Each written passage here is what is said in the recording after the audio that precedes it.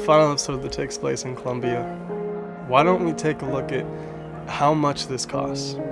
What is the price to fly to a new continent, to buy a vehicle, and to travel for half of a year? Most importantly, as opposed to just sightseeing, how does traveling like this, living like this, change your state of mind?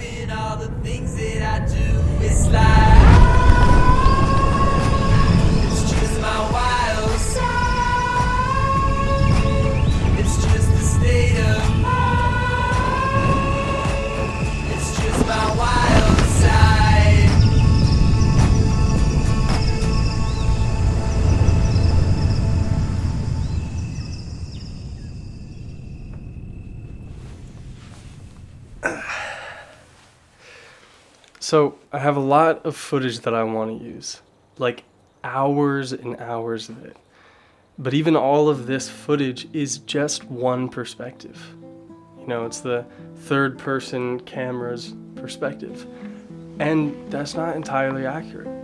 It's surprisingly easy to give someone the impression that you would enjoy this too. But how would I know if anyone else would enjoy this? The majority of my time has been entirely by myself. I ask around to stay in whatever the cheapest place I can find is. Every day I go through packing and unpacking all of my camera gear and electronics. Before I go to bed, I wash one of my 2 shirts in the sink. I dry them on the window.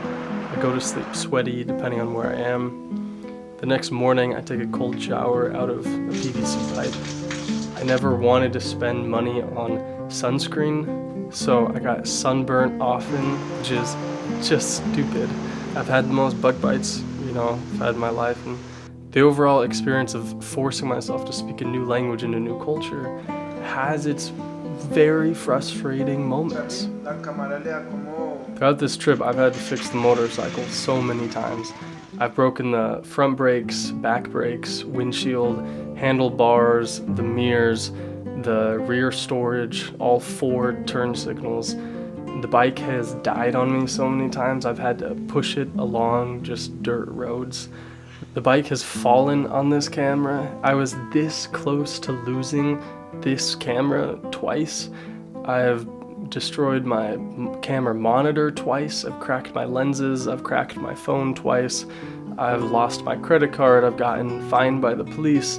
I've overstayed my visa by 3 months. Throughout this trip, there were days on end wondering what's worth doing in life.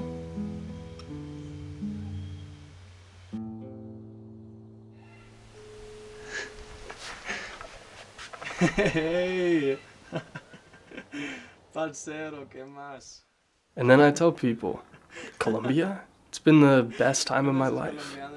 I mention all this now because when we see someone traveling online, we imagine it's paradise. He is living everyone's dream. He's living the life I want. I wish I could live as you do. You're living a dream.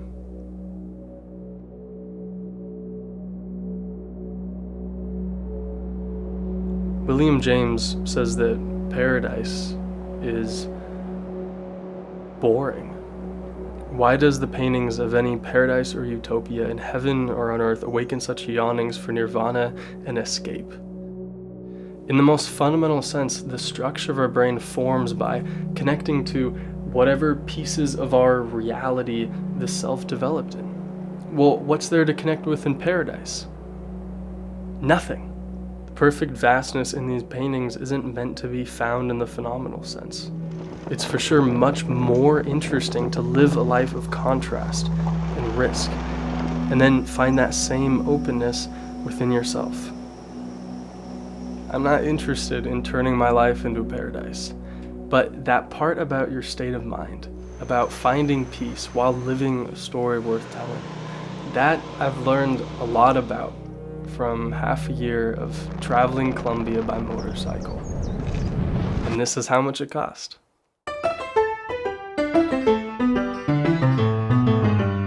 Month 1, $875. Month 2, $848. Month 3, $627. Month 4, $875. Month 5, $1,025. The motorcycle was $3,190. Sold it for $2,148. Came out to $1,041 counting fines. Flights were $190 there and $200 back for $390. This comes to a grand total of spending $34.98 per day. That's counting the motorcycle and flights also. So for a little over 5 months, that totals to $5,702. Now there's a lot of ways that I could phrase this now, but I don't want to try and put that into any certain light, so I'll just leave it at that. About $35 a day. This includes flying around the Amazon, giving people money, oil changes, going out, dance lessons, fines and taxes and repairs, and all the things of living somewhere. Things I wasted the most money on. I wasted so much money just thinking that things would work out. I would have saved over $1,000 if I didn't wait till the very last minute to transfer the bike to my friend and have him sell it before I flew out of the country. I wasted a lot of money on unnecessary food. In capital cities like Bogota, I would eat out twice a day. I'd get coffees, I'd get drinks with every meal. I never eat like that. And eating in such quantities just leaves you with nothing much to remember. And finally, I wasted a lot of money just figuring things out. When I arrived here, I didn't know how to buy a motorcycle or what a good bike even was. It turned out I didn't even really know how to cook for myself. I didn't know how to travel. I just turned 19. When you choose to wander and explore, you mess up, you get embarrassed, you lose money, you injure yourself, and you learn. You learn a lot. What you learn out in the real world stays with you in the inner world.